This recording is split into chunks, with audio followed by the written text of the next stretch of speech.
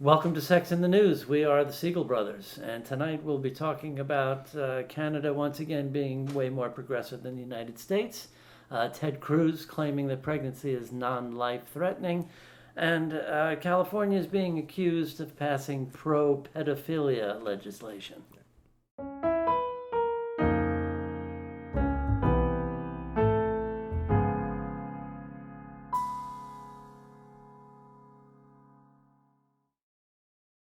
The first item that we have for you today, as you mentioned, Canada's a little bit ahead of the curve, or certainly way ahead of us in a lot of these issues. But the government in Manitoba has now been kind of ordered, right, as many of the other provinces have already done, but they've now ordered to offer gender-neutral birth certificates. There was a human rights adjudicator, which I love that position. I would love to do that Really, if anybody's that's hiring. a big job. Yeah, that'd be great. Human rights adjudicator. Absolutely. But this basically was in response to a lawsuit that somebody brought because there was a trans person who wanted to put an X on their birth certificate. Right? Because it didn't really fit. They identified as gender non-binary. Right, neither exactly. male nor female. Exactly. And they basically wouldn't let him do that. And it turned out to be a big case that they won. And this is what I love more than anything else, is when you look at the statement that was written by the judge in his ruling of this case. And I quote, "Gender identity is a part of our concept of selfhood. The vital statistics director's practice to not allow non-binary designations of sex designation and only permit male or female designations was effectively the government refusing to acknowledge this individual's agency and personhood." Wow. And then they go on to talk about acknowledging the Bravo. difficulty that trans and non-binary individuals face in society, and it's not the government's job to make it more difficult. Right? Cheers to Canada. Absolutely. And I mean, you would think that, why is that such a stretch? And I like this piece too. People are thinking, there's saying that I think the Manitoba decision actually is keeping pace with where the rest of Canada and the world are moving. Exactly. Except, of course, who's excluded from that part of the world. Yes. Exactly. I wonder who that could be. Who might it be? Could it be us? Yeah. In any permutation, U.S.? Yeah. But we know many other provinces in Canada have been doing the same thing. So, cheers to you. Right? It really is being on top of it. And to our friends and colleagues and sexologists we know from way up there in the frozen tundra, thanks for fighting the good fight. That's right. We appreciate how much you have, directly or indirectly had input into that. This next item is one of those things that has me screaming at the television like a crazy person. Texas Senator Ted Cruz has decided to poke his head up and declare that pregnancy is not a life-threatening state. And happily, fortunately, social media was on him like stink on poop. Yeah. I love how this piece was written. That Ted Cruz, a man who's been convinced of his own brilliance at least since he was a teenager, decided Wednesday to show just how willfully ignorant he is. And he was tweeting about Mifeprex, which, if you don't know, is the trade name for what's often referred to as a chemical or a pharmaceutical abortion or a medical abortion versus a surgical abortion, which is typically done with a relatively minor procedure known as a D&C in the first trimester of pregnancy. So this ridiculous claim that this abortion drug is dangerous to women and insisting that the FDA declare it as a dangerous drug and that pregnancy is not, is so completely 100% ass backwards. Yeah. That yes, the sad reality is that now and throughout all of history, pregnancy and childbearing is life-threatening for women. Absolutely. Right? As the primates that we are, just our ability to stand and walk erect makes childbirth harrowing and life-threatening for the baby and the mother. And, that's a fact. Yeah. There's absolutely nothing dangerous or life-threatening about 99.999% of abortions. And this drug, this FDA-approved drug that stops a pregnancy, induces read a what miscarriage. his quote there. Pregnancy is not life-threatening, not a life-threatening illness, Right. and the abortion pill does not cure or prevent any disease. Make no mistake, he says, because he's so Authority. Sure. Mifeprex is a dangerous pill. That's why 20 of my Republican colleagues and I, the folks that are still supporting Trump, are urging the FDA to classify it as such. Right. Now, this is also the same man that, while he did not coin this phrase, supported the idea that a woman's body knows if it has been raped and would not allow conception. Oh, he went along with that. That moron from Missouri. Yeah, right. If it was a real rape, right. a woman's her body would shuts know it all down. He supported so that. She can't get pregnant. He supported transvaginal ultrasounds. Right. But you can't, escape the almost comical irony that Cruz is the senator of the state of Texas, which has the distinction. You know how we love to say we're number one? Yeah. Texas has the highest maternal mortality rate in the developed world. Not just the United States, in the developed world, at an astonishing rate of almost 36 per 100,000 live births. Right. Right?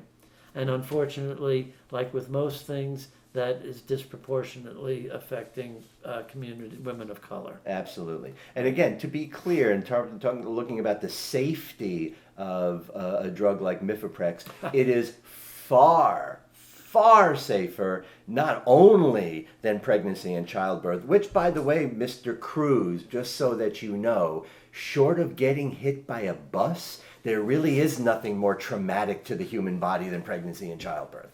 All right, so kind of come down a little bit there. Right. All right, so mifepristone, way safer than pregnancy and childbirth. And how much safer is it than the PDE5 inhibitors, the Viagra, Cialis, Levitra drugs, the erectile dysfunction pills, the boner pills that insurance companies were more than willing to let guys have while they wouldn't cover contraception and other things for women. Remember, no, they wouldn't pay for birth control. Even private insurance companies wouldn't pay for birth control because that's elective. Why should they pay for a $5 pack of pills while they end up paying for a pregnancy in the delivery room? But as soon as Viagra came out, poor guys on welfare were getting Viagra. That's and everybody was paying for it. That's right. Right? Because men need not be denied their God-given right to boners on demand. That's exactly right. We should move on. Yes. Our next piece has to do with, again, just absurdity, insanity, people's reflex reactions. Stupidity. California passed a very, very important bill, right, that provided equity for all people. Right. SB 145. Right. If you're keeping track. Prevented this is a long history of many laws being used only for certain particularly marginalized or sexual minority groups of people, right? Like if a heterosexual couple is busted by a cop having sex in the park, if they're going to get busted at all, they'll get charged for lewd and lascivious behavior or indecent exposure or something. But if two men are caught having sex in the park, they will drag out every dusty, crusty old law from the 1850s prohibiting sodomy and every other sin under the sun to bring down the weight of the law. Right. So there's a double standard that still existed in California in terms of their sex-related laws, but the way they're enforced between heterosexuals and non-heterosexuals. Right. So what's the accusation? Of course, like always here, it's so predictable.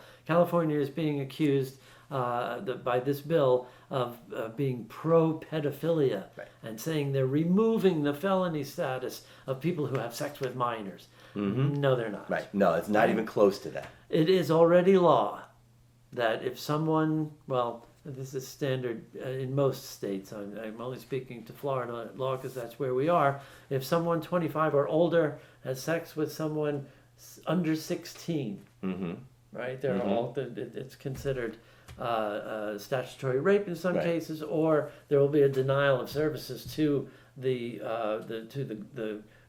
young lady if she is impregnated unless she rats him out. Right, reports rape. And he gets prosecuted. Right. They'll deny WIC and food stamps and prenatal care to make sure he gets thrown in jail. Go Florida. Yeah, right? But in California, they were saying, like, if an 18-year-old man has sex with a 17-year-old man, not only can he be charged with an offense, but he must register as a sex offender. Now, most states have what are known traditionally as Romeo and Juliet laws. That if a 21-year-old college freshman is still going with his high school sweetheart, who's still a junior in high school, right? Most judges are, yes, technically, he's over 21 having sex with someone who's under 18, statutory rape, lock him up, register him as a lifelong sex offender. But judges would look at that and go, come on, he's 21, she's 17. This is a Romeo and Juliet thing. We're not going to prosecute. Exactly. And all this does is give the same protection for judges' discretion then, because really, as it stands, if a 24-year-old man has sex with a 15-year-old girl, it's up to the judge whether or not he's considered. And I think most people get that gut feeling, like 24 and 15 is a little mismatched. But the law says 10-year difference in age. That's why all these people are up in arms about the pedophilia agenda. Right. So to be clear, all it does is even the playing field. It does not say that you can have sex with a minor. It just says that if it's a male couple or a heterosexual couple, the judge has equal discretion. The only thing that changes is it's not automatic sex offender registry for the male couple. For life. That's it. Right.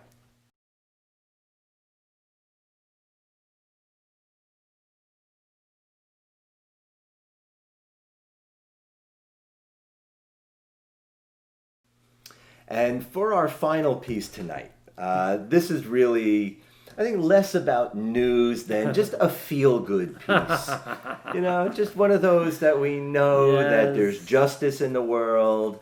For those of you who like the phrase, what goes around comes around, you'll love this last piece. A little schadenfreude, right? A little guilt at taking joy in someone else's misfortune. Okay, yes, thank you for pointing. I don't really mean to relish in that, but the justice and the irony involved here is so beautiful. We could call this karmic justice, right? Patriarch Filaret, 91-year-old head of the Ukrainian Orthodox Church, in March went on television in that country. Ukraine's the leader of Ukraine's largest Christian Orthodox church, and told the national television audience that the coronavirus outbreak was God's punishment for the sins of men, the sinfulness of humanity, he said. And he clarified. Yes, he did. He goes on to basically say, first of all, I mean same-sex marriage. So he's basically looking at, very much like some of these same religious leaders after Hurricane Andrew, right? After Falwell, after Hurricane Andrew, Florida got hit so hard because Disney offered benefits to same-sex couples, and everybody has to blame being gay for every natural disaster. But again, not to just take any kind of pleasure in somebody else's ill, but I have to say I'm kind of enjoying this. That this same guy who is blaming gay people for COVID is now in the hospital in Kiev, who is very sick with coronavirus. So what does that say? Well. Right, so leave that one up to you. Enjoy the beautiful irony and the sense of justice that still exists somewhere here in life. Catch us next week for more Sex in the News. Thanks for joining us.